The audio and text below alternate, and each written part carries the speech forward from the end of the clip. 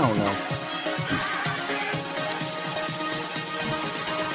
Are the O's fine? Are the Orioles fine, Kevin? It's so embarrassing. I was so embarrassed. Okay. The Orioles stole it. That game was stolen. It was stolen from them, then they stole it right back. What? Oh my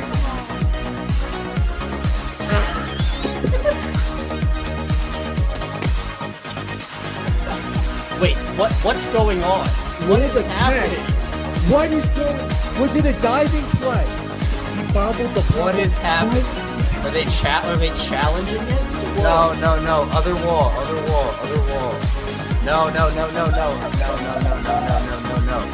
Kevin, I don't know what you saw, how much you saw. I've been chugging champagne.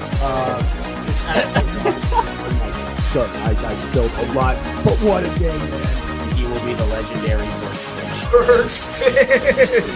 How about that? Birdfish fans, stand up. We did it. What can I say? What can I say? What can I say?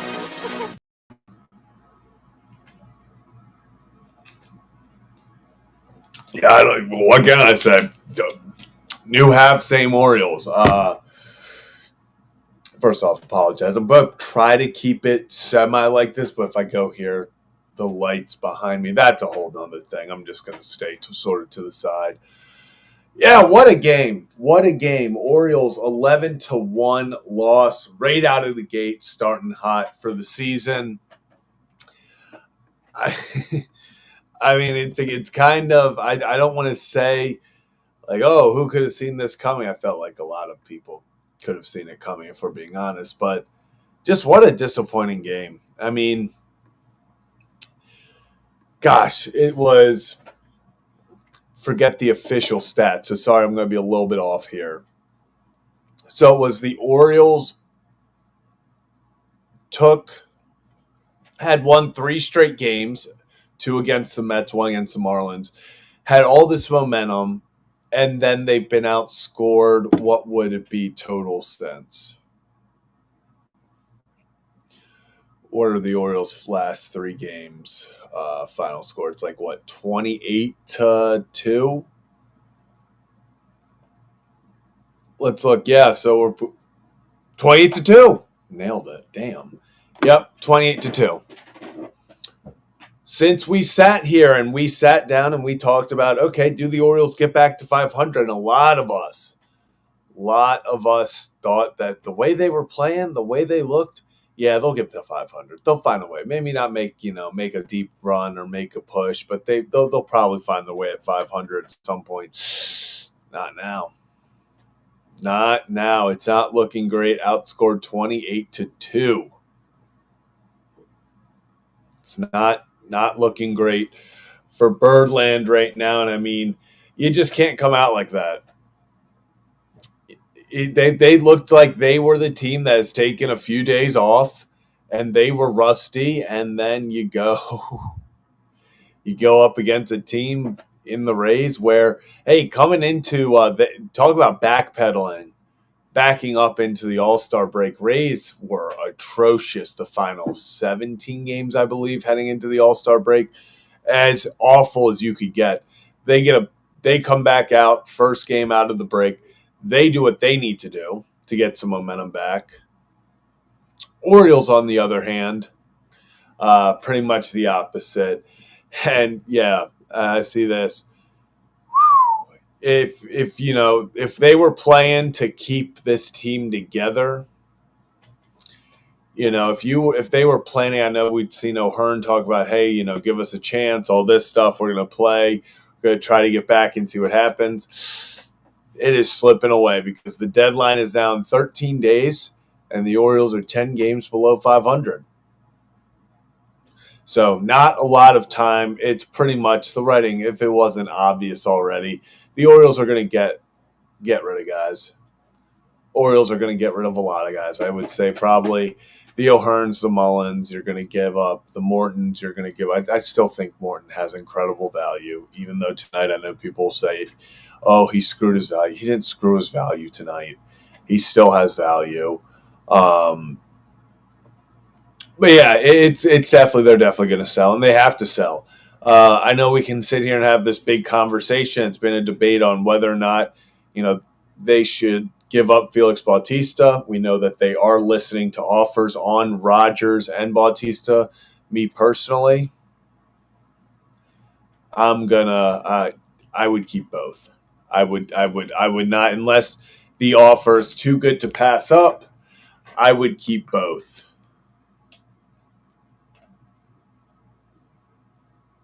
I don't see why, as much as people will be like, okay, but they have these guys this year, and they're, I've seen people where, I'll say on Twitter, like, you need Felix for 2026. And it's like, well, they're not winning with him in 2025. Well, you still, if you get rid of Felix, I don't know what to tell you next year.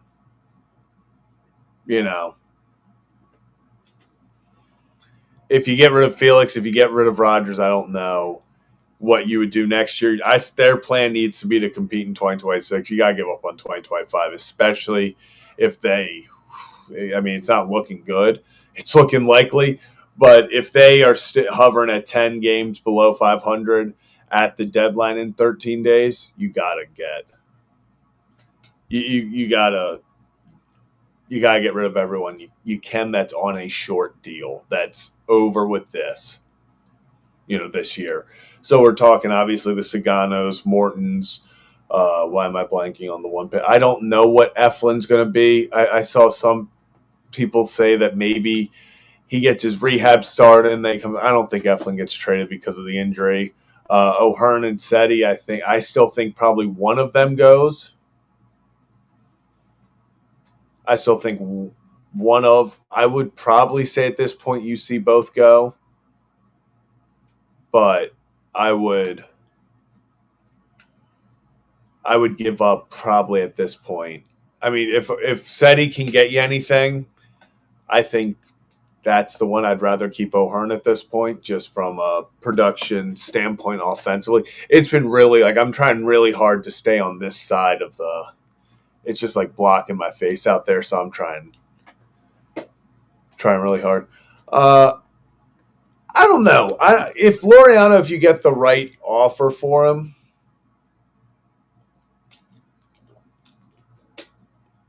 but that's a player that I think falls into if you can.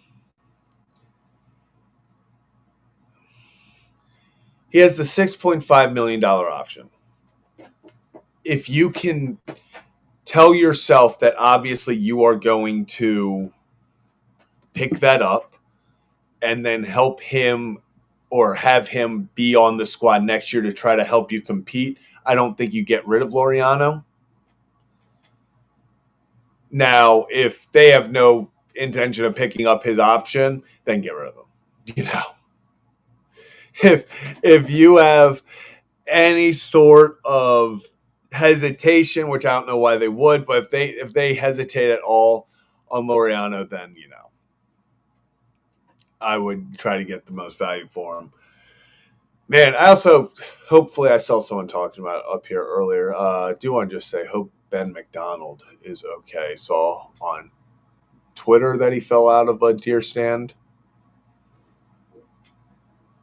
Which, talk about scary. 25 feet. Yeah. That's scary. That's really scary. So hopefully he is all okay. Also, I mean, let's be honest. We can talk about this game, but what are we going to talk about? Orioles had 5 hits, and it was 2 guys. It was Gunnar and it was Cowser. Everyone else, no one else showed up. 0 for 4, 0 for 4, 0 for 3, 0 for 4, 0 for 4, 0 for 3, 0 for 2, 0 for 1. I mean, offense flat out did not show up, and then Taj Bradley just, he had their way with them. And then Charlie Morton, 5 1/3 innings, 8 hits, 7 earned runs, the 3 walks, only 4 strikeout.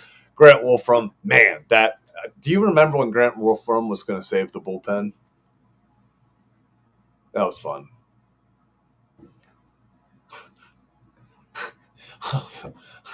I mean, that is that was funny.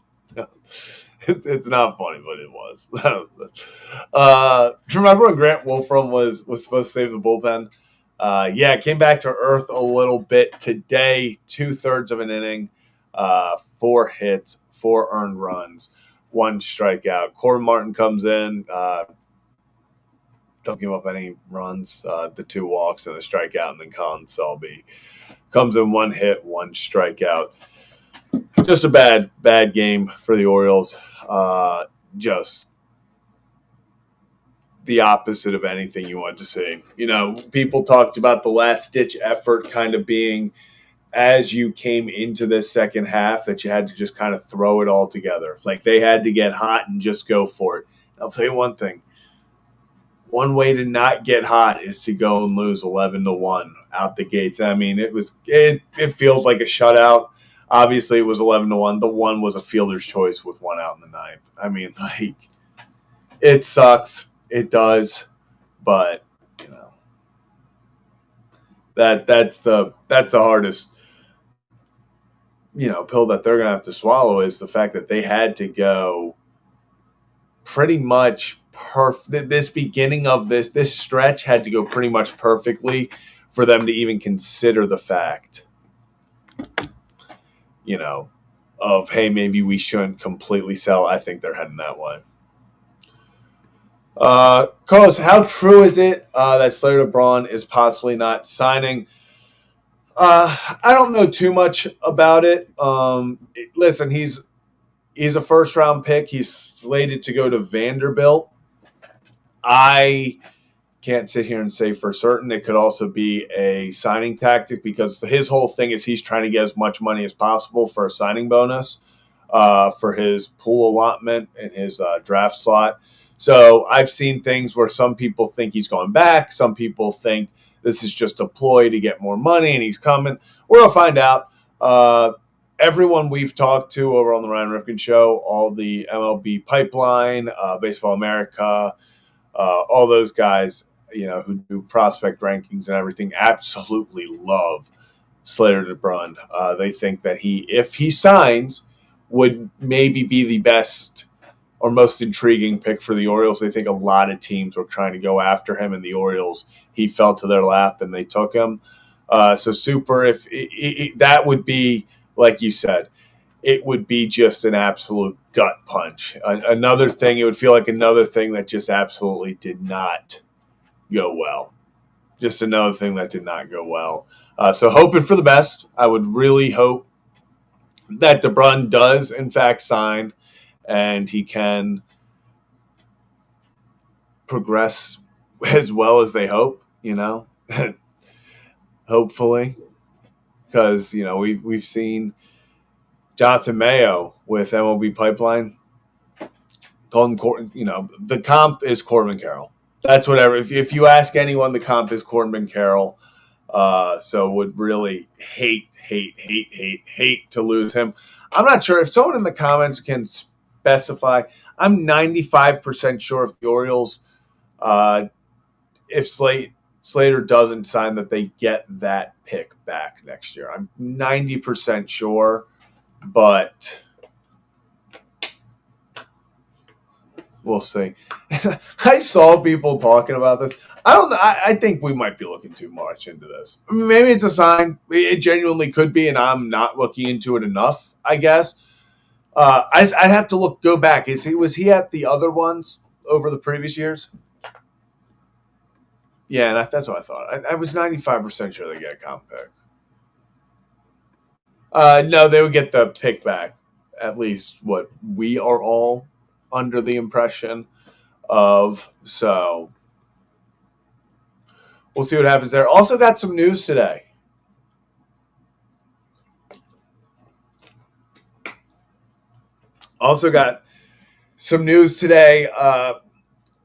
You guys pick. Do we want to talk about the good news or the bad news first? Bradish or Grayson Rodriguez? Kyle Bradish threw 2 live innings today. That's good. Big win. Kyle Bradish also starting a rehab assignment. Big win. big win. So that's fun. It would be a lot more fun if this team was semi-competitive. Uh, Adley also coming back. That's a win because they are missing him, especially defensively. I saw the defensive run saved, and he is, I believe, top 4, top 5. So I'll even say, as much as some people, including myself, have given Adley shit this season, and recently, at least that's somewhere I can say we miss him tremendously is behind the plate. I really miss Adley Rutschman behind the plate. So that's what sucks. That it sucks losing him or not having him over the past few weeks. At least get him back behind the plate. Bradish coming. Oh, just so this. Not sure where he'll start yet. Not sure where he'll start yet. And then Grayson Rodriguez. Some people said shut down. Some said, quote unquote, pulled back. That's kind of where we stand as Oriole fans, right now is where, quote unquote, we're talking about that we're differentiating between different Grayson Rodriguez. And let's be honest, Grayson Rodriguez is not pitching for the 2025 Orioles. And at this point, I don't know if Grayson Rodriguez is pitching for the 2026 Baltimore Orioles because it's elbow issues. And we've all seen so many times that with these elbow issues, what's the biggest thing? They all lead to going under the knife for some sort of surgery, whether it be Tommy John, whether it be another surgery. It just, when you see elbow discomfort, he's had the lat stuff, he's had the elbow stuff, he's had the shoulder stuff. It's all connected. It's all connected. They just need to figure it out. They need to figure out what's going to – they need to figure out what is going to get him back to 100% or closest to. And if that's taking 2026 out, then you have to do that. And that's what sucks because you feel like they probably should have made this call. What would that be? March was when he got hurt. That's what – because if he – apparently he's been dealing with this. Obviously, he had the thing where he's been dealing with it for years. If this is something where they could have gotten it fixed much earlier, it just makes it that much tougher to swallow. Because if you felt like, especially with the way this season was going, like Grayson Rodriguez, as much as I do think when he is on, he is a great pitcher. When Grayson's healthy, I think he is a very good pitcher. Grayson Rodriguez, even if this team, when they're 10 games under 500, I don't think he was single-handedly willing them back. So I feel like I wish they could have just done whatever it took to hopefully keep their eyes set on 2026. Because that's what they have to do. The focus is on 2026. We've talked about it with the trade deadline. And now, here we go. We're going to have to start talking about it with the way they handle injuries because not only is it Grayson Rodriguez, but let's talk about Kyle Bradish. If Kyle Bradish comes back and let's say in mid-August he comes back to the Orioles, if I'm the Orioles, I have as strict of an innings count on Kyle Bradish as possible. Like, he is not going more than – I don't care if he's throwing a perfect game through 6. I'm pulling him. Like, you have to take care of Kyle Bradish because this season is not worth it. This season is not worth Kyle Bradish getting hurt again. And listen, I know people talk about the Orioles don't have pitching and all this. I am a massive Kyle Bradish fan, a massive Kyle Bradish truther, I guess, if you want to call it that. I think he is a top when he is healthy, and that's the thing. What can we get back to? But I saw him come back with that elbow injury last year, and he just fought through it, and he was still at about 90%, and he looked like one of the best pitchers in the league again. So if he can come back at like 90, 85%, 80%, he's our ace. There's your ace. So then you got to figure out, is Trevor Rogers. They need to add a top-end guy. I'm this is if they do not sign a top pitcher, starting pitcher this offseason, like it's just disgusting at that point. Like you have to go get someone. Because if you can, I'm not even going to consider Grayson Rodriguez in this right now because I genuinely believe he is out for 2026 as well. I just am not going to. When Grayson Rodriguez is back on a mound, I'll start talking, including him in these. But I just can't. I don't know what his status is. So hopefully he can pitch next year. But I just don't know, especially with the elbow stuff. So next year you have Dean, you have Bradish, you have Tyler Wells, and then you have Trevor Rogers. You need obviously you have the Cade Povich, the McDermott's, all of those guys as well, but you need to add a Framber Valdez to that. I mean, that's the guy. Let's call it what it is. That's the guy. That's the hit or miss. You go get Framber Valdez. Then we can start talking. That needs to be the guy they go after.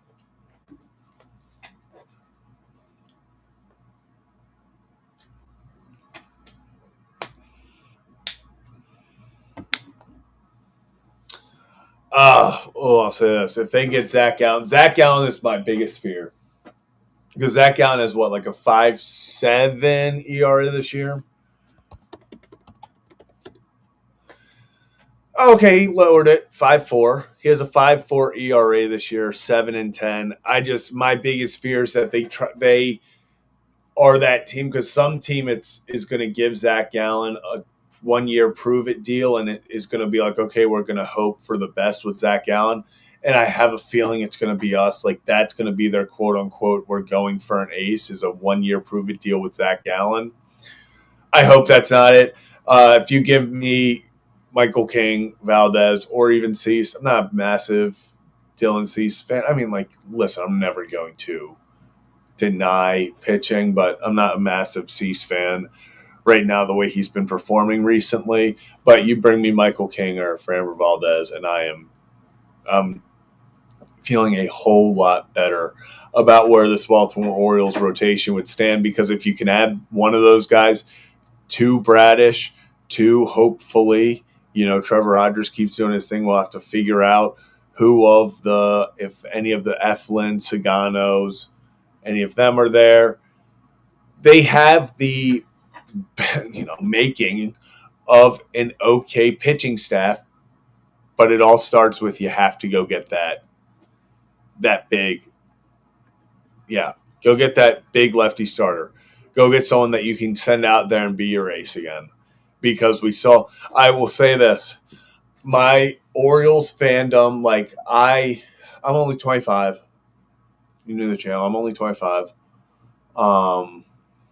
So I did not get to see, obviously the Jim Palmers, the 420 game winners, all that. My peak for Orioles rotation, like where I look at like I peaked for the holy crap, the Orioles have this rotation was last season when we were on that stretch when we were the best team in baseball. We were playing the Phillies, all that.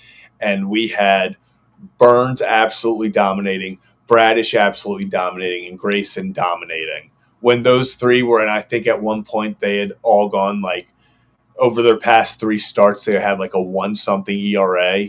I mean, that was when I peaked with the rotation. Was when it was Corbin Burns handing it to Kyle Brash, handing it to Grayson Rodriguez. Get chills just thinking about it. Just thinking about what it was like to have that. You say, I guess this time last year the down trek started to begin, but man, up until last June, it really was. It really felt like this team they were building something special.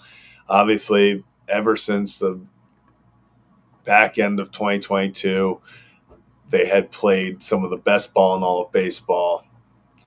And I'll tell you,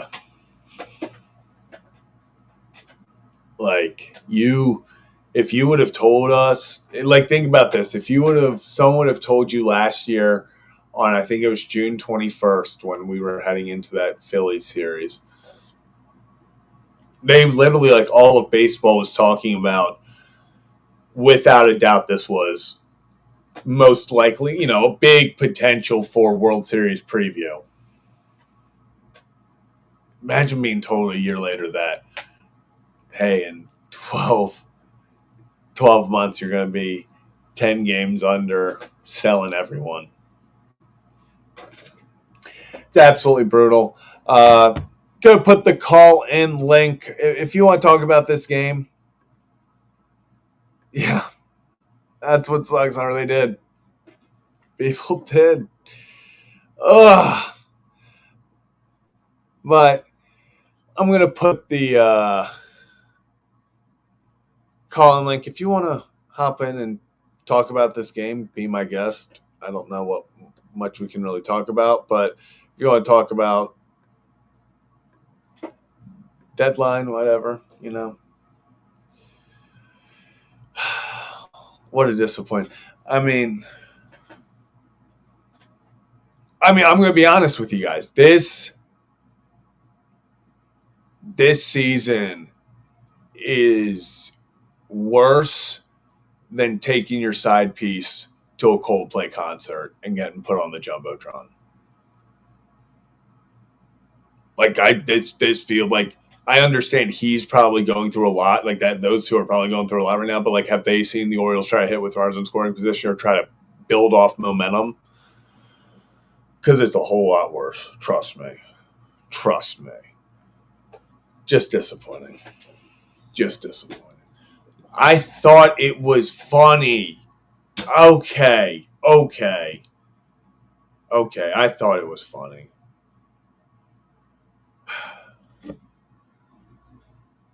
Thought it was funny.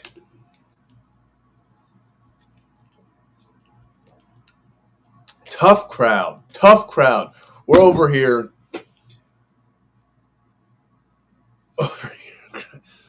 We've lost our aura farming we had last. We did. Everything was going so well last year. It really does suck because I'm gonna make myself sad, but let's look this up. Let's go Orioles record. What should we do? July 17th, or wasn't it like sometime in June they like really started turning around? I'll do June 15th, 2022 to July 1, 2024. Oh.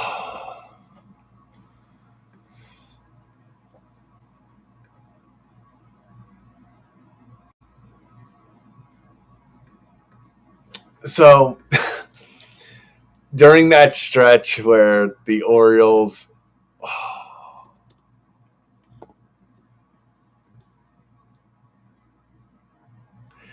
so from June 10th, 2022 to July 1st, 2024, the Orioles were 213 and 137.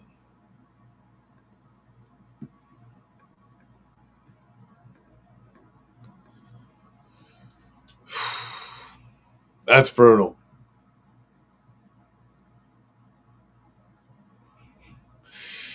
Oh, that's tough. 213 and 137. But we got first column. We got Joe behind the scenes. Joe, how we feeling? Oh man, did we play baseball today? I don't think so. I didn't think. I think it's still the All-Star break. That's what I'm It, telling you. it, it seemed like it. I think one team felt like the All-Star break for sure.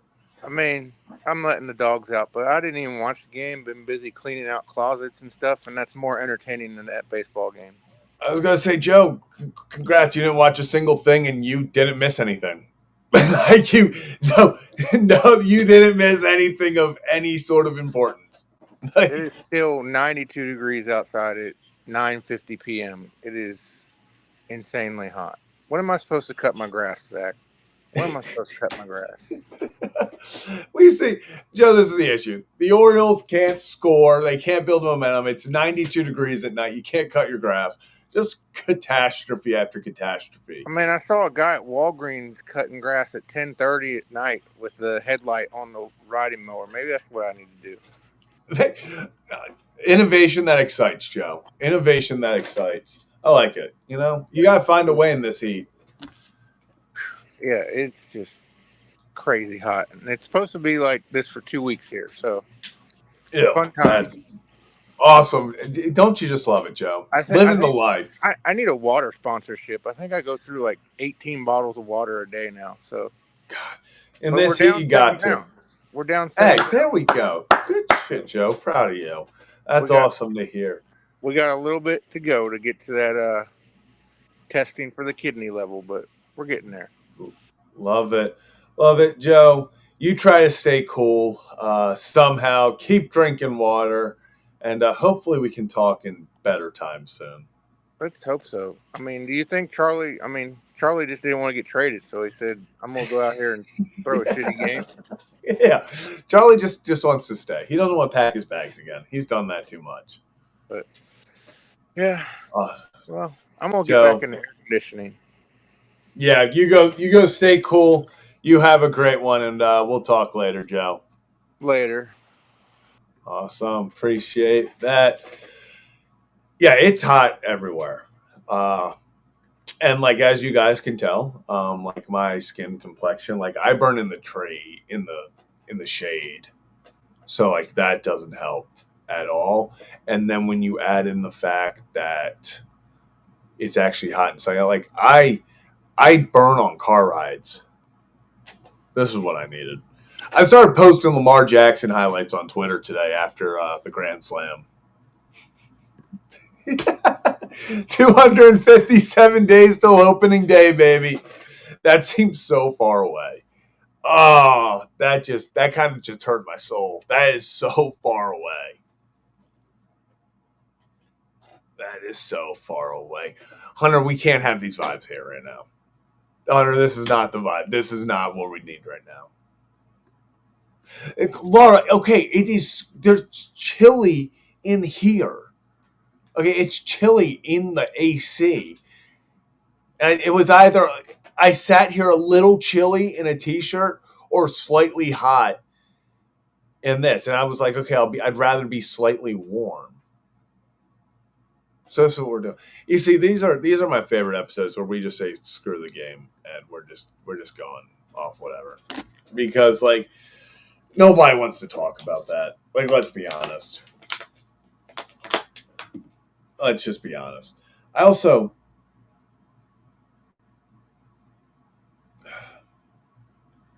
it's just disappointing. Disappointing. All right, I'll bring it up. Cal Stowers, 2 home runs today, including that walk-off, was sick. I know people are upset about the trade and everything.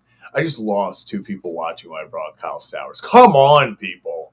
Come on. I'm still excited for Kyle Stowers, genuinely. Kyle Stowers is one of the nicest humans I've ever met. So the thing he's doing, every time he talks about anything, just how his journey and stuff, how thankful he is, he deserves this. I'm super happy for Stowers. So I know people get upset when I post his home runs on Twitter and stuff. I'm not going to stop rooting for Kyle Stowers. I'm not going to stop rooting. Jabo, happy weekend. Hopefully we're doing a lot better. And yeah, second homer of the day was a walk-off.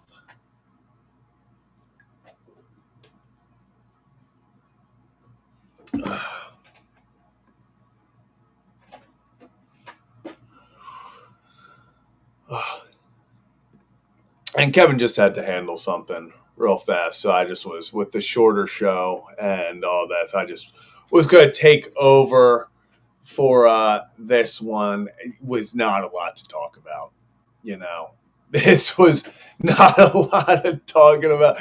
Yeah, and Machado with the grand slam.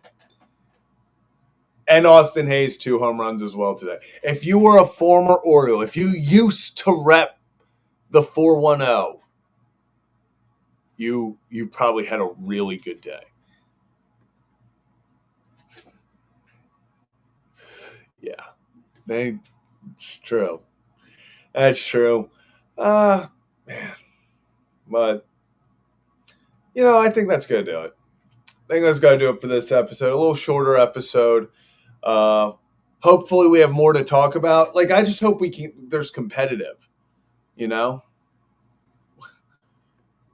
This should just become a Kyle Stowers show at this point. Yeah, that game just made Kevin sick. Yes. But yeah, that's gonna do it for today's episode. Orioles lose 11-1. Just a horrible. We're flushing it. We're gonna pretend like tonight did not happen. That's just gonna be the vibes we go with. Like, in the score, like, obviously in the record book it happened.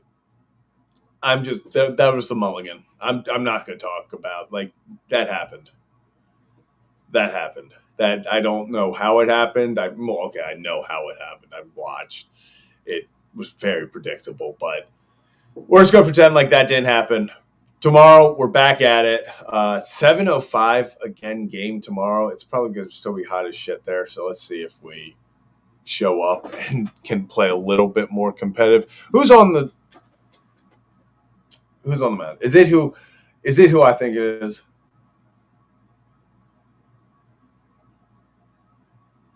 Oh my gosh. Stop me if you've heard me say this before. Orioles struggling. They need a win. Who else? Dean Kramer on the mound. Now I'm back. Now vibes are back. Dean Kramer on the mound. Let's do it. Let's do it. Dean Kramer, the stopper, showing up versus Zach Littell. 7:05 game. We'll be back tomorrow to talk about it all. Back here on the channel. Hit that like and subscribe button if you haven't already. Appreciate everyone tuning in, even though it's just a shorter episode on this Friday. Enjoy the rest of your Friday nights. Enjoy your Saturdays. And we'll be back tomorrow as Dean Kramer tries to deal against the Tampa Bay Rays. You all have a fantastic night. Have a fantastic day tomorrow. And we'll see you back here, hopefully talking about an Orioles win on another edition of Kevin and Zach React. Kyle Stowers. Actually, Connor Norby. I'll change it.